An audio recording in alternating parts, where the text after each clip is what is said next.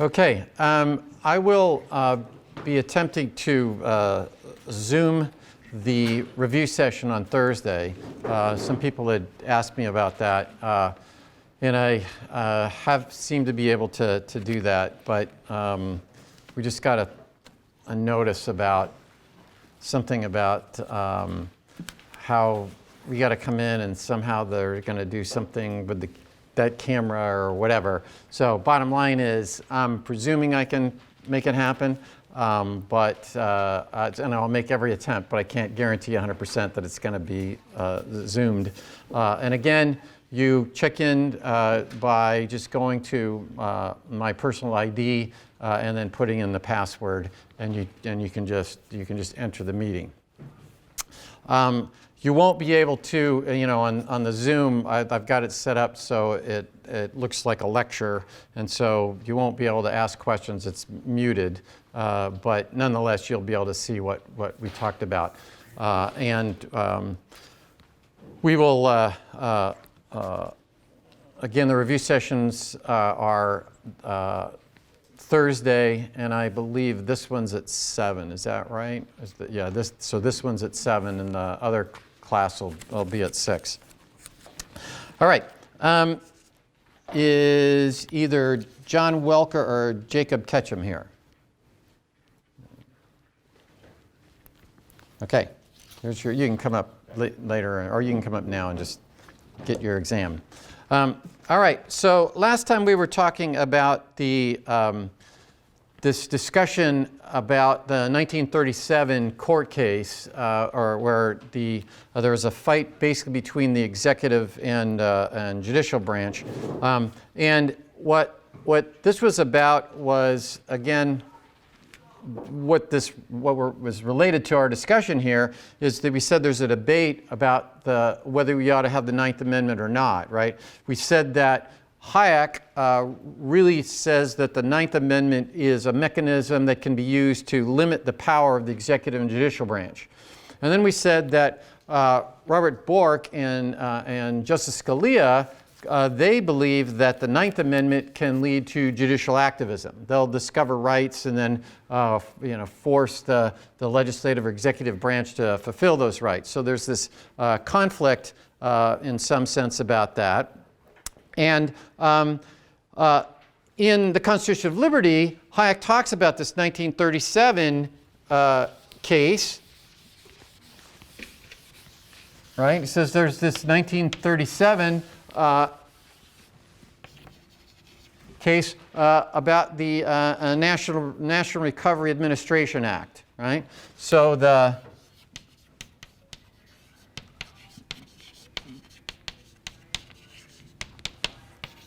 Recovery Act, right, was declared unconstitutional.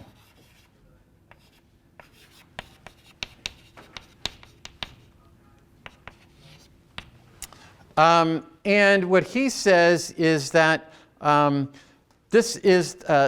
showed that the preservation of the Constitution was more important than a specific legislation, right? And this is what he talked about. Right? We talked about this earlier. That is, it's more important to have the temporary majority be bound by these general principles than to solve a particular problem. And that if the situation is such that we're going to say, okay, our general principles have changed enough because of what's happened here, then what you ought to do is amend the Constitution, right? If you say, let's say you said, there's this COVID situation has come up. We didn't realize that there could be these national emergencies. And so we're going to amend the Constitution to allow the executive branch to basically give executive orders we'll set up some sort of description about what they could be like, right? And so, but Hayek's point here is this 1937 case was a case where he says that this preservation of the Constitution was more important than specific legislation, right? So he says preservation of the Constitution is more important than specific legislation.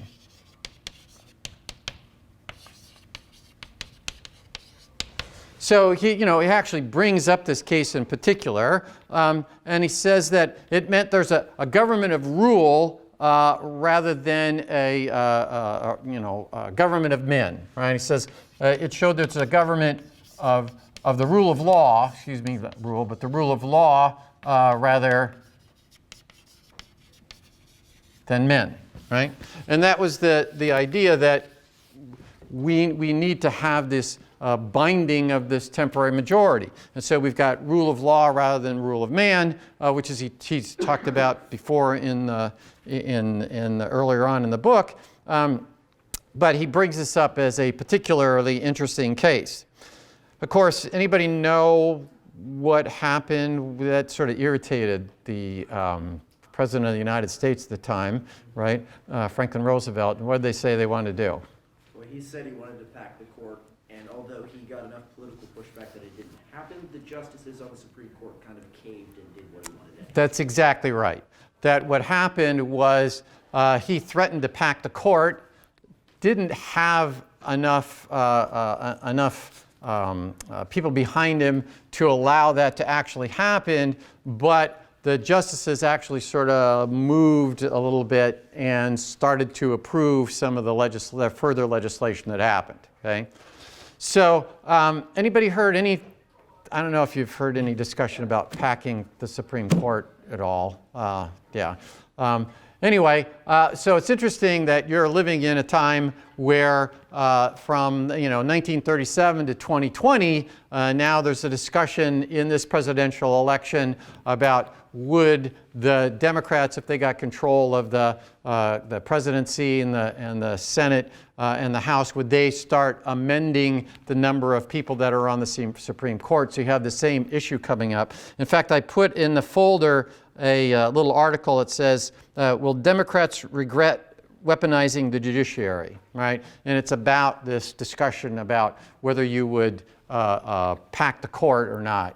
So again, you might want to just take a look at that. But what's interesting here, so there was an attempt to pack the court that was unsuccessful, but did move the court, the court in a more positive direction towards what the administration was doing. That to take a look at what Bork and Scalia talk about, but Bork in particular in his book, The Tempting of America that we've talked about, Bork brings this up. And he thinks, Bork says just the opposite, right? Bork says the 1937 court was an activist judiciary.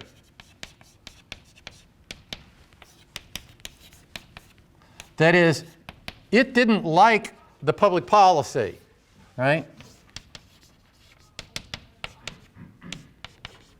And that's why they struck it down.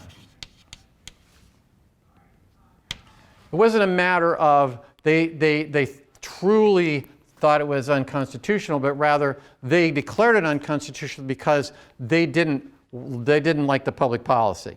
And he basically argues that this is why Hayek liked it, because Hayek's view of what the public policy would be, right? Hayek's view of what the public policy would be is that you wouldn't want to have all this government intervention, right? And so and didn't think that government intervention was going to be successful. So again, there's an interesting discussion. Again, if you want to get on the Cato Institute website, or there's ways to follow up on this if this is something of interest to you. But there is a debate over the Ninth Amendment, whether it really should be there or not, coming from both sides of the issue. And really, it comes down to which is the branch that you think is to be feared the most, right? Which branch of government is most likely to be coercive? If you are Bork and Scalia, who obviously are very interested in the judiciary branch, one of them having become a Supreme Court justice and one of them being nominated to be a Supreme Court justice. They think that, and again, they're writing well after when Hayek was writing the Constitution of Liberty, where you actually ended up with a more activist judiciary that they're observing. But, you know, we said that Bastiat had said, hey, has anybody ever heard of the of anyone coming before the Court of Appeals in order to engage in legalized plunder, right? So this debate about the Ninth Amendment is really comes down to which branch of government you think that is the most likely to have coercion beyond what you need to minimize the total amount of coercion, right? There's also in the folder, there's also an article called The Forgotten Ninth and Tenth Amendment by Roger Pilon at Cato, and that discusses some of the issues that we've been talking about here with regard to the Ninth and the Tenth Amendment. So, just to summarize what Hayek was talking about, if we were to summarize Hayek's arguments here. Again, he starts out with what is the role of government, right? He says that we have decentralized information,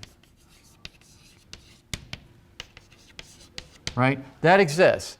Again, as I mentioned in some of you on your midterm, that is, information is decentralized, right? No matter what the system is, right? So that is, information is decentralized, and so what's the best way to make use of that? The best way to make use of decentralized information is for people to act according to their own plan, right?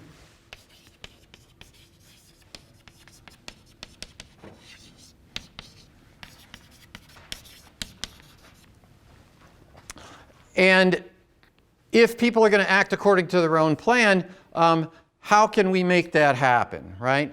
And what we have government is there to minimize the total coercion, right? That if we don't have government, the strong will prey upon the weak. So the government will minimize total coercion, and what will that do? That will maximize people acting with liberty, right? That is, people will be acting according to their own plan. And this is necessary for the market system, right? Because Hayek's making the same point that Mises did, that a centralized government can't make the best use of resources to maximize the wealth of the poor, right? Or the wealth of the masses. Hayek is saying that a market system is the system that makes the best use of decentralized information.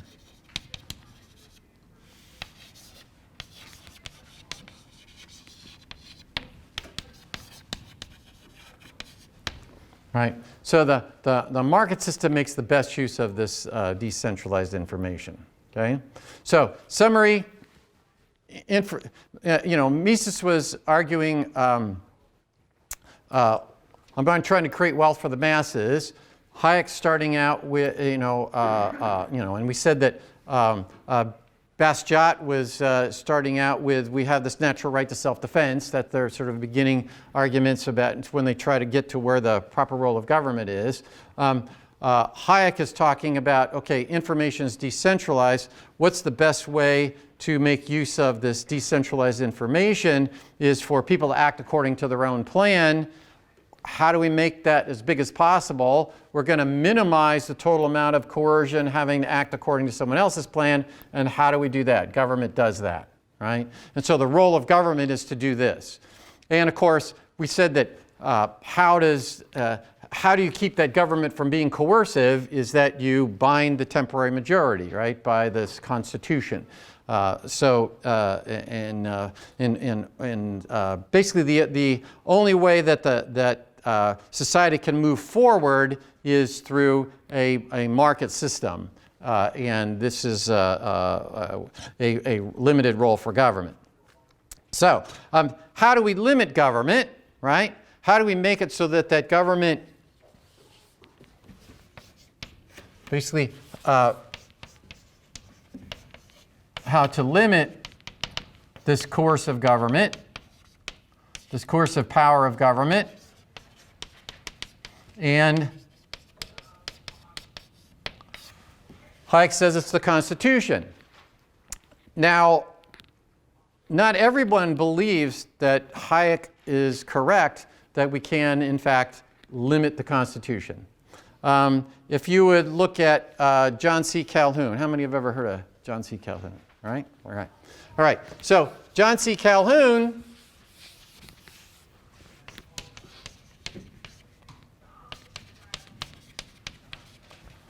what did John C. Calhoun say? He says that in the early 1800s and the mid 1800s, he says that all governments will overstep their bounds, right?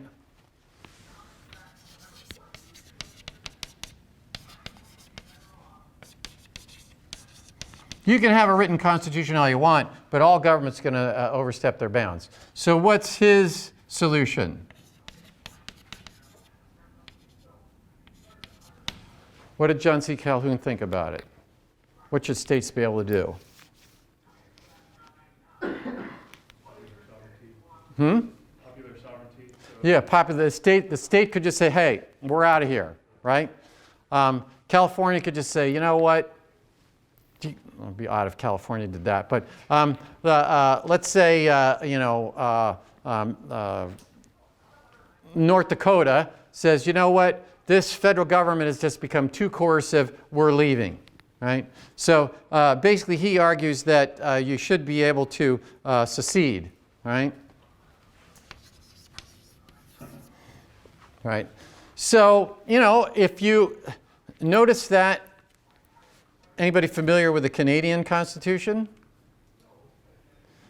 Canadian Constitution allows for secession, right? And every now and then they have a vote on whether a province should, so a province might say that they want to secede. They could actually do that, right? So when you're writing your Constitution, you could put in a provision that allows for secession. And we had a debate over that between 1861 and 1865, and it turns out that it was decided that you can't secede, right? But again, if you thought that that's a further constraint on the powers of the federal government, you may want to have a provision that allows for secession in the Constitution. Again, Murray Rothbard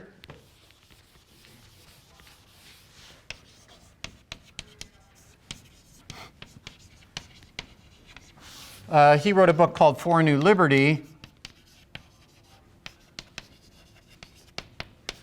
And in it, he makes an argument that government of any kind is not going to be bound, right? He says that, government of any kind cannot be bound. And so what he argues for is no government. It's sort of an interesting little book. He sort of describes what might happen if you didn't have any government, and would insurance companies have hire private police to make sure that there's that your stuff didn't get stolen and that kind of stuff. I'm not terribly convinced that that you could actually do such a thing, but it's sort of an interesting little book. If you're, if you have time over the summer or something, you might just take a look at it because he has some pretty interesting discussions about how it might work if you didn't have any government at all. Again, I didn't find it particularly convincing, but maybe you might and be a total libertarian and think we ought not to have any government at all. Yeah. So would Rothbard be an anarcho-capitalist? Yeah, probably. He asked if Rothbard would be an anarcho-capitalist, and I'm guessing that's probably where where he would put himself. Again.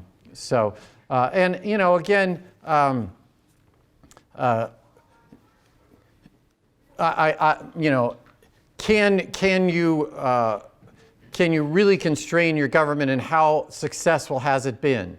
If you were to look back and look at the amount of government intervention that you've got going on today relative to what it was 50 years ago, you'll notice that there's a lot more government intervention than there was 50 years ago. And so again, it's sort of, is there an alternative to doing it the way that we do it? And we noted that Madison saying that if you set up a federalist system, you make it so that it's more difficult to coordinate power, and so you can if you just have the federal government having specific enumerated powers, maybe we might say that, hey, you know what, if you you were concerned that the Constitution hasn't been binding, you might say, hey, we need to focus on the 10th Amendment rather than allowing for secession or something like that, right? So, but the point is that can we, having no government at all, Mises argues that liberals are not anarchists, right? That you need to have a government. It's ought to be democracy is the most likely form of government to lead to wealth for the masses because of the social cooperation. Hayek is saying that you need to have a government in order to minimize the total amount of coercion. And so the focus is then on how can you possibly limit that. And Madison, says, well, making it federal means that if we've talked about this, if California becomes too coercive, you can always move somewhere else. Although I don't know in COVID days how that works. Did you see something? It's like, I think New York is making it where did anybody see something about that? Like if you come to New York, you have to quarantine or something from certain states. Anybody see that? Yeah. So I mean, I don't know how that fits within the constitutional framework, but nonetheless, you get the general idea. Can you limit your government? Hayek thinking that the Constitution does it, and maybe it's not a perfect way to do it, right? Maybe we can't perfectly keep the government within bounds, but we may have a better chance of doing it with a constitution than without a constitution. Certainly, Hayek arguing that the temporary majority's got to be bound by some general principles is going to be more limiting than not having it bound at all. All right.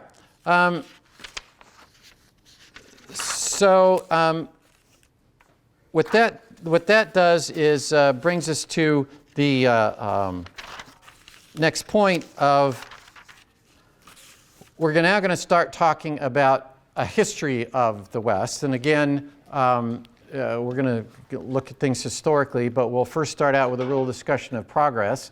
And there's a little section in the Capitalist Manifesto on that. But we've now covered what we're going to cover for the midterm. All right? So, we're only doing the first 12 chapters of Constitutional Liberty. So the rest of it's very, it's interesting applications, but we've already mentioned that that's not what we're going to be looking at. All right.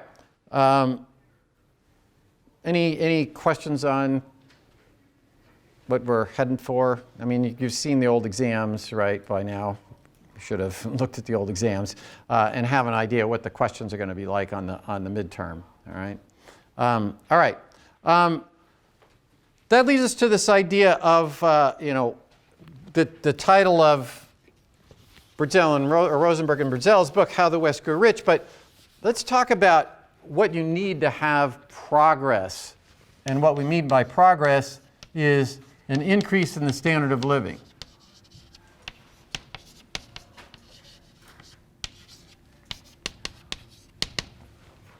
Right.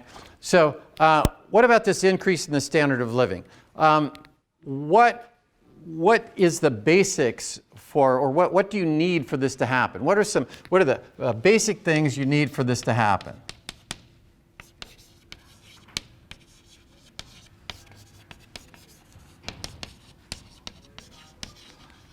And there are two things that I would argue that you need for this to happen. The first of all is what we've talked at some length about, is property rights.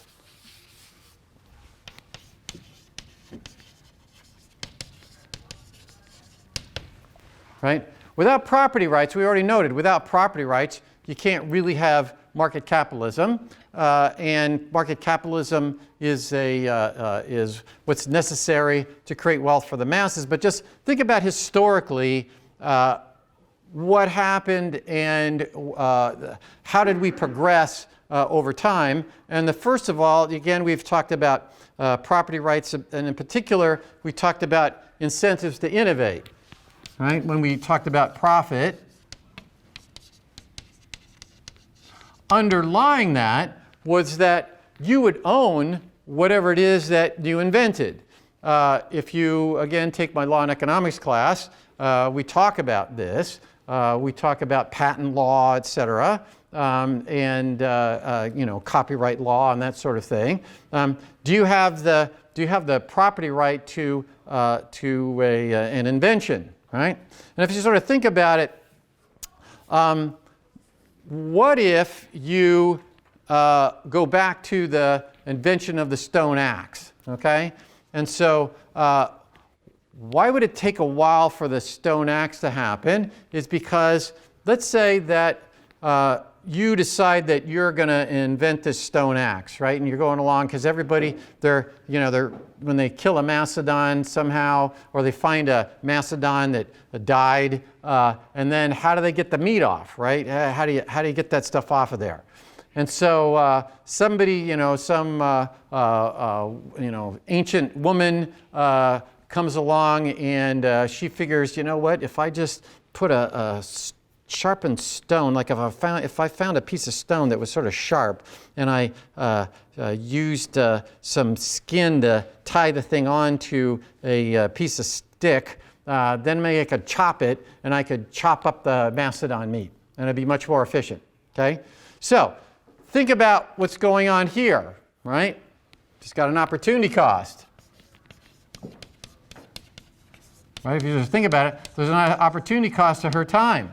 Right? She can't be going around and getting roots and berries, and at the same time inventing the stone axe. So she spends all this time, thinking about what it's going to look like, finding pieces that she could put together, building a prototype, and now she's got the thing, and along comes some, the Geico caveman, and just takes the axe away from her. Right? Now it's happened. Now she doesn't have the stone axe, and she doesn't have any roots and berries. Okay? So you can sort of think through this, is that what's the incentives to innovate if I don't have a property right to what I innovated? Again, you might get random innovation, but if you need to have some form of property rights in order to have advancements and have innovation, and it's innovation is the key. When we read How the West Grew Rich, we'll see innovation is the key to economic growth. If you have property rights, then you have this innovation. And what's going to happen? Everyone benefits from innovation. And we've talked about this before, right?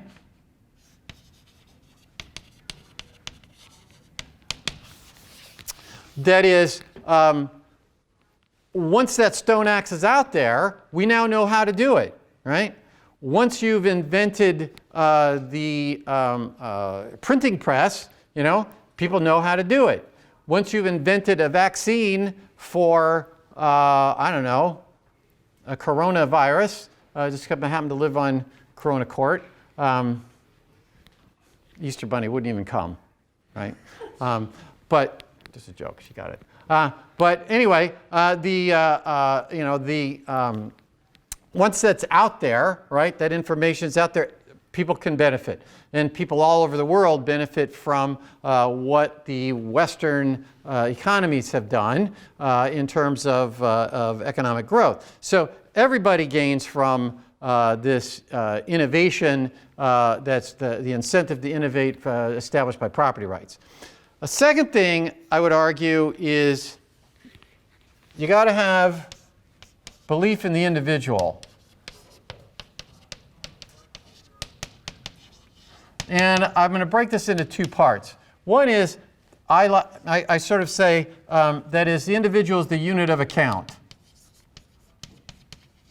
And we've talked about this before. That is, does society exist for the individual, or does the individual exist for society? Right? That is, the idea is that society exists for the individual.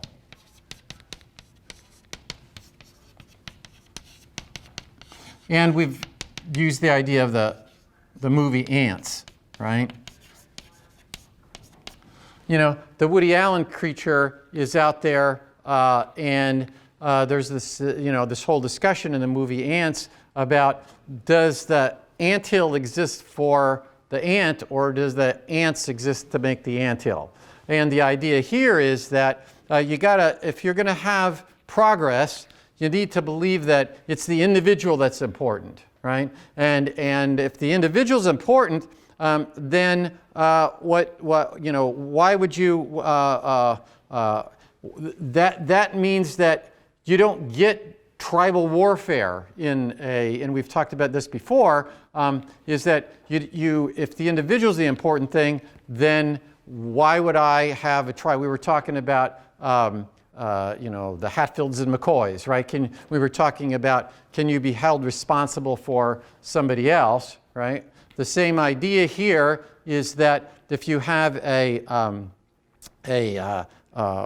tribal society, how does that work? It's that because we think that we're part of that the anthill exists, and we are the anthill, right?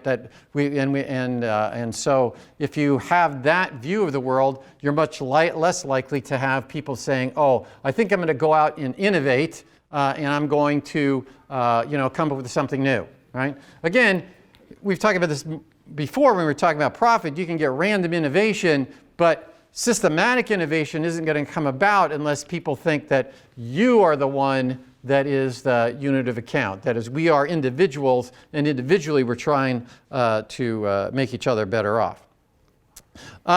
The second thing is that you have to believe that the individual can make a difference.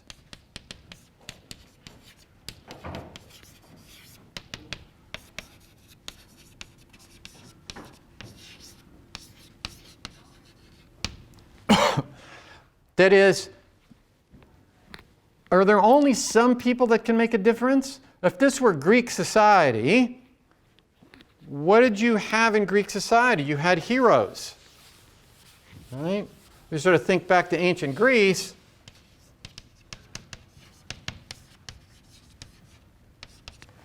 What did you have? You had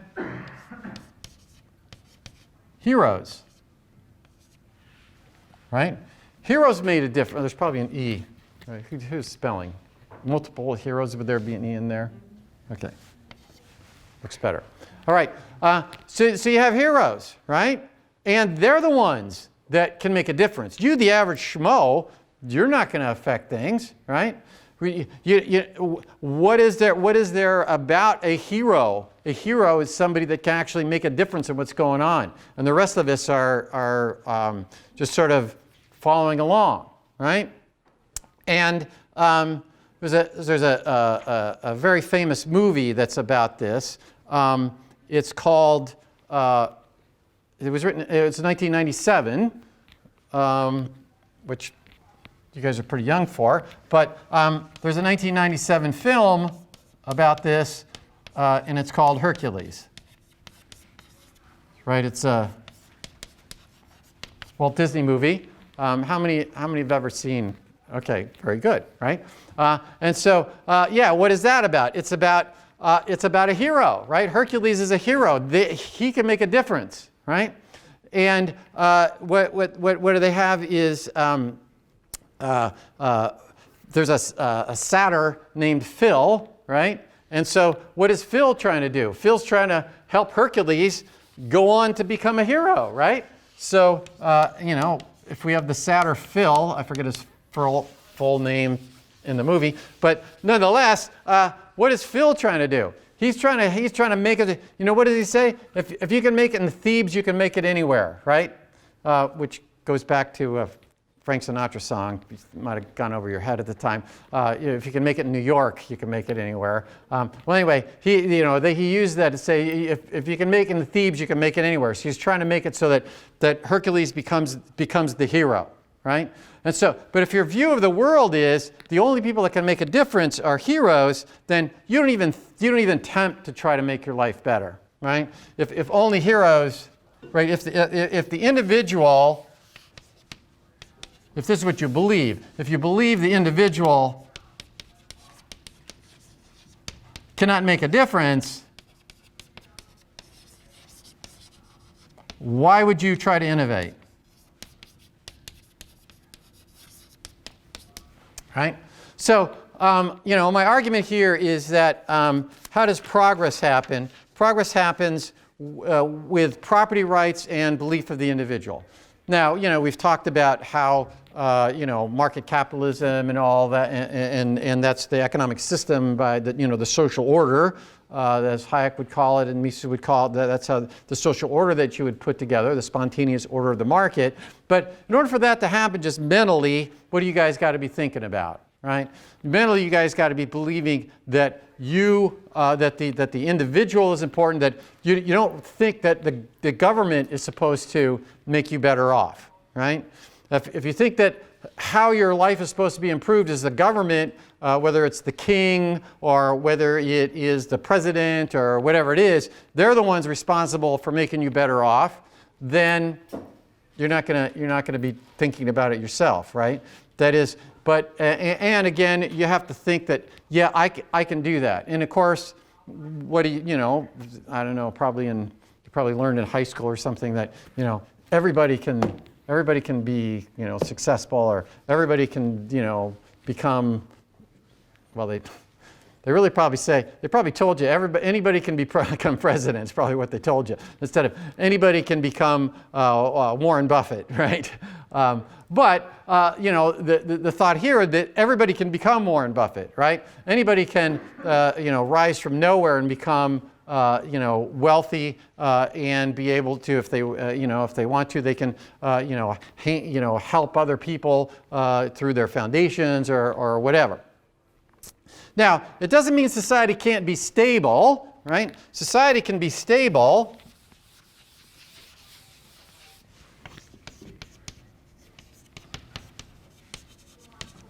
Can be stable without these.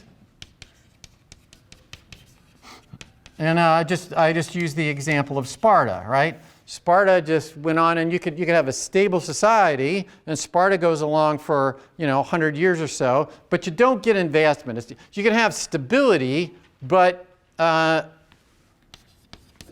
not going to advance. And just to give you about some, just to think about some things, that is why it took so long for society to become wealthy, right? And why did it take so long for innovation to happen? I mean, sort of, maybe that's something to think about. For example, there was 6,000 years, about 60 centuries, from when we took the wheel and put it on a two-wheel cart, right? So we had the wheel around for a long time, but when did we make two-wheel carts, okay? So it took, we'll just say it took centuries,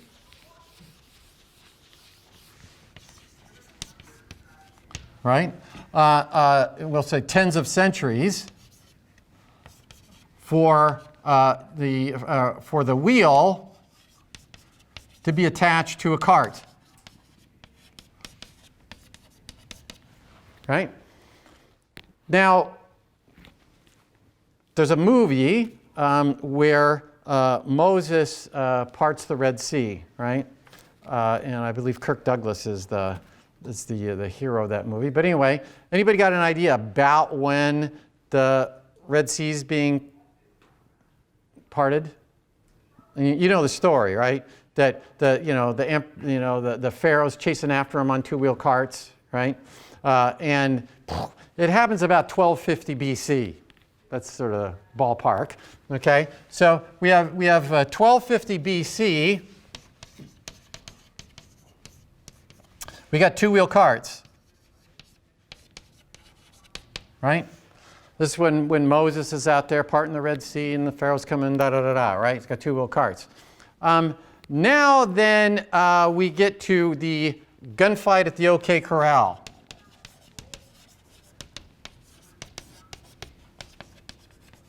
I've been there more than once, right? It's in Tombstone.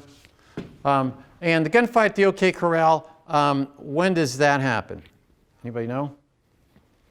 1881. And you remember the Earp brothers, you know the gunfight at the OK Corral story, right? The Earp brothers are there and Clancy's and they have a fight, gunfight. Okay, 1881, what do we got? Four-wheel carts, right? We got buckboards and stagecoaches. We got buckboards and stagecoaches, right? But we got four-wheel carts, right? So we've gone from the parting of the Red Sea to Wyatt Earp, gunfight at the OK Corral, and you don't have an automobile, do you? Right? Wyatt Earp dies in 1921.